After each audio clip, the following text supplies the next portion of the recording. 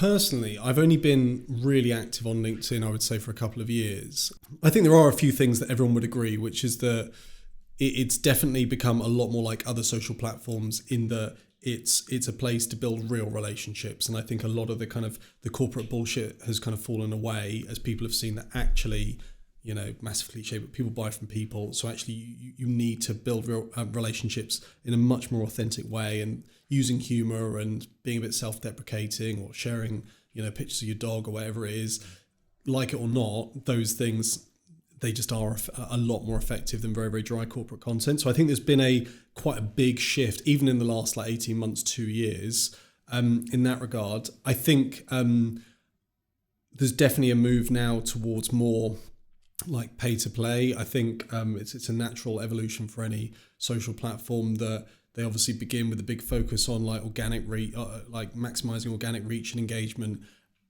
so that they maximize the number of active users, and then they shift the focus onto paid promotion. I think we're just starting to see that now. I think with like the thought leadership ads and that sort of thing. So having said that, I still think it's a really, really good time to be focused on LinkedIn. Whilst there's always that temptation to assume that you're kind of too late to the party and that you're waiting, what's the next big platform, the next TikTok going to be? I think LinkedIn, actually it's been around a bloody long time, and I think it is the corporate space to be the business space from a social media point of view. And I think that absolutely, when I'm advising our B2B clients now, basically I would say search, email and LinkedIn would be like 9 times out of 10, they would be the kind of priority channels. And how do you think the shift with like Gen Z workers will affect how people market to their audience, particularly on things like TikTok, etc.? So in terms of what's engaging with a younger audience? So I guess as that sort of Gen Z audience works up through the ranks within your target prospects, is going to pretend they'll potentially be in more senior or decision making or influencer positions. And how do you think that will shift as those platforms and more so those users evolve?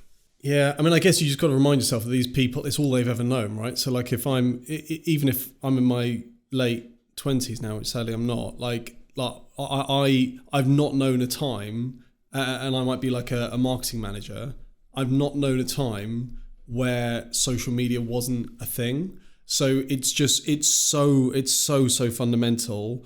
A big thing obviously is the tone with which we communicate. And I think there is still, within the corporate world, there is a real reluctance, particularly among bigger, more established brands, a real reluctance to just kind of let themselves go a little bit and just be more kind of human. And it's crazy. It's absolutely, like, I do get it.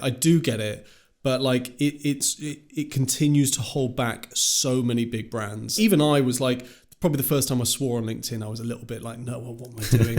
Or like, obviously the Mary cartoons, I felt totally ridiculous. Yep. But the fact is, people, whether wearing a suit and tie or whether they're, people are just people, and ultimately they connect with emotion, they connect with story, and that's true whether they're 20 or 50, whether they're in the office or whether they're at home on the weekend. It's always true. So I just think brands need to get past that. I personally really like what Ryanair do.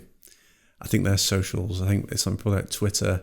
It's maybe on TikTok, I don't know. I don't go on that very often. But they basically take the piss out of people that call them out. And I think like there's a lot of work must go into that. And it comes across really, really well and quite funny. Yeah. And I see it and I laugh and I think, oh, there you go. They've got back in my brain for free there now. When I'm thinking about flying again, I'll be like, oh, Ryanair. Yeah, because you're never going to not think that they're basically charlatans, right? Like you kind of like we all sort of hate Ryanair, right? That's not going to change. Yeah. So again, you either kind of embrace that and lean into that and make that a strength, and or you kind of pretend it doesn't exist. Like so I just think I think they're a fantastic example, Ryanair.